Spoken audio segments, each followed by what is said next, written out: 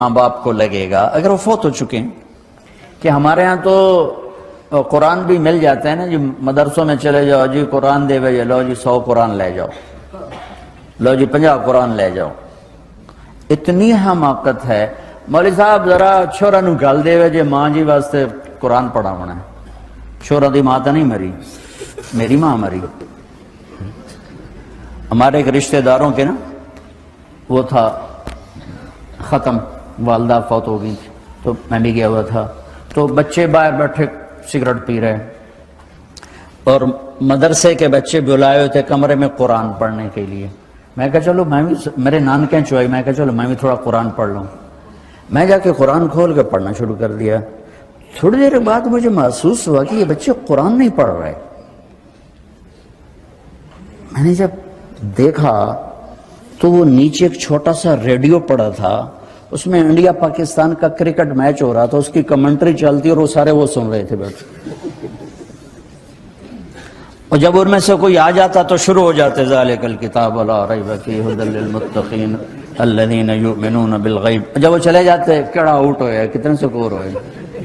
1 گھنٹہ یہ تماشا ہوتا رہا اور میں بیٹھا دیکھتا رہا. 1 گھنٹے بعد جا کر کہنے کہ جی قرآن مک گیا، وہ کمنٹری مک گئی ہے. ہن کی ثواب گیا اما نو؟ کمنٹری دا ثواب گیا، قرآن دا ثواب تا نہیں گیا. کیونکہ اس پاگل نے خود ماں کے لیے پڑھنا تھا، اس نے ماں کے لیے بھی کرائے پہ قرآن لے لے.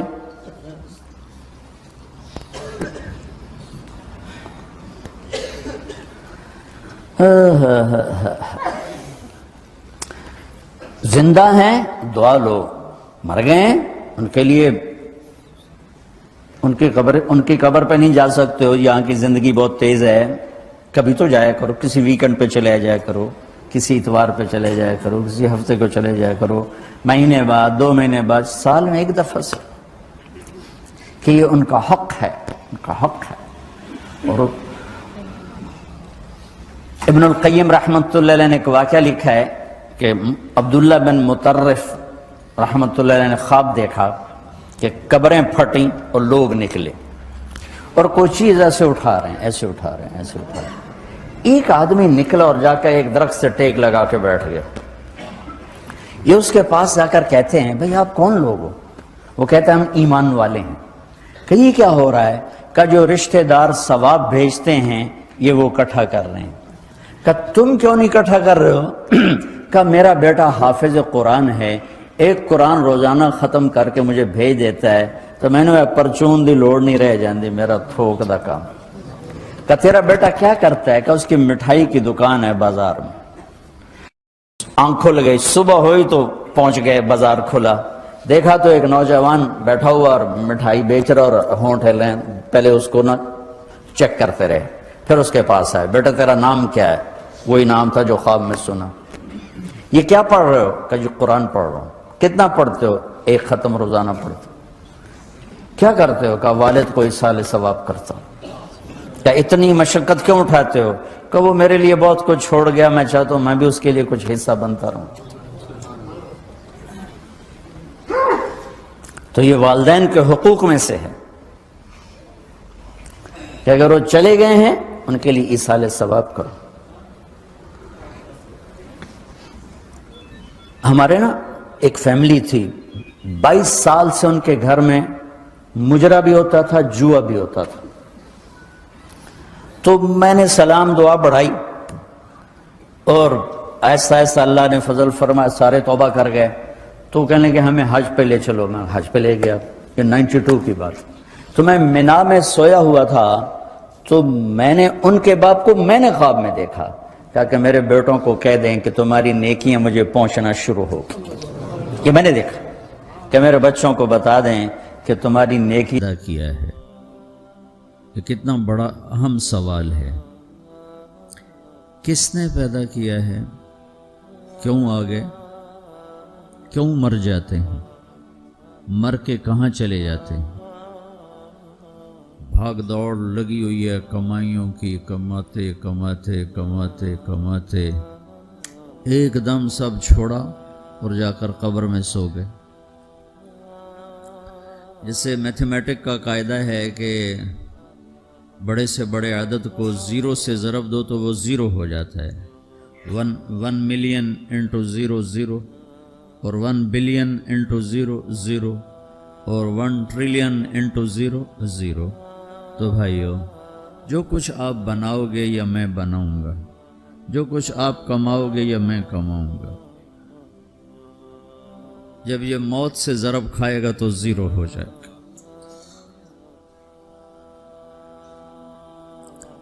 عزت، شہرت، دولت، بلندی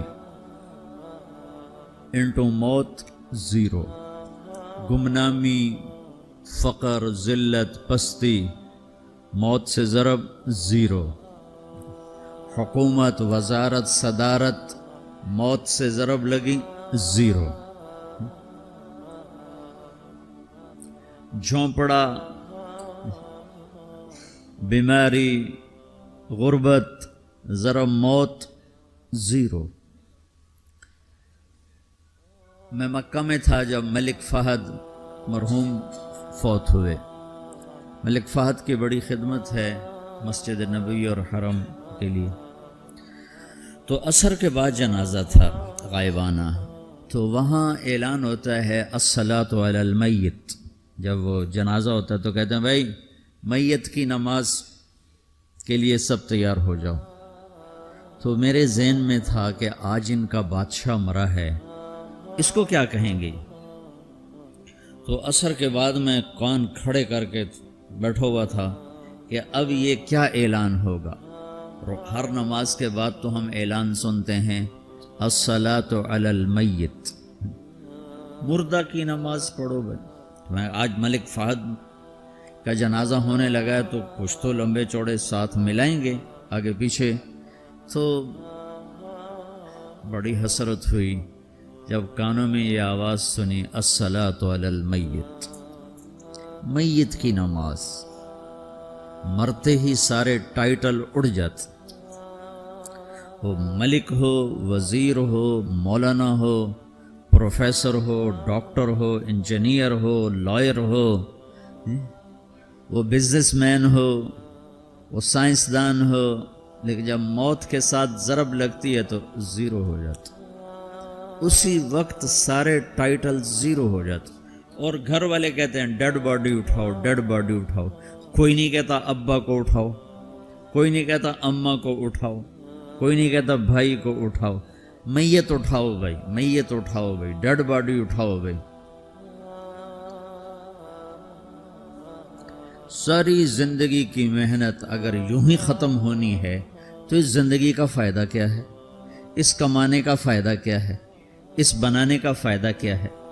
بنا بنا تھک گئے، کما کما تھک گئے، اور پھر مر کے جا کے اتنی سی جگہ میں جا کے سو گئے. اتنا بڑا گھر بنایا اور آخر میں جا کے اتنی سی جگہ میں جا کے سو گئے. مٹی کی چادر اوڑھی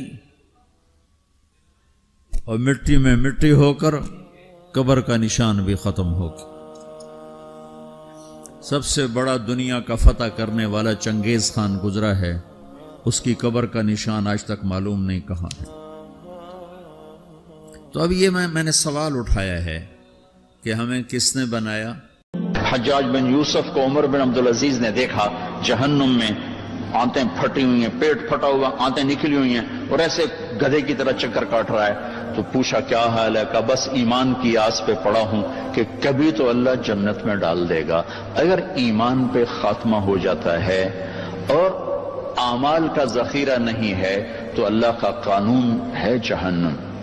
جہنم مردہ جو بتائے نا خواب میں وہ صحیح ہوتا ہے. میرا ایک فرسٹ کزن، جیسے ذمہ داروں کے بچے ہوتے ہیں، ساری زندگی غفلت میں گزار دی، جوانی میں مر گیا. بس وہ نمازیں اس نے پڑھی جو کبھی میں کھینچ کے مسجد میں لے گیا، یا پھر عید کی 2 نمازیں، اس کے علاوہ مجھے یاد نہیں. تو میں نے خواب میں دیکھا، میں نے کہا کیا حال ہے؟ تو اس نے کہا آگ کے تندور میں ہوں، آگ کے تندور میں ہوں. اب میرا تو خون، میرا تو چاچے کا تائے کا بیٹا، مجھے تو آگ لگ گئی.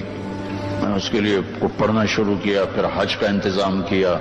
تو حج کے بعد جب واپس آیا تو پھر مجھے نہیں خواب آیا، ایک اور ساتھی کو خواب آیا کہ طارق میاں سے کہو تمہارا تحفہ مجھے مل گیا. وہ جو میں نے حج کروایا اس کی طرف سے.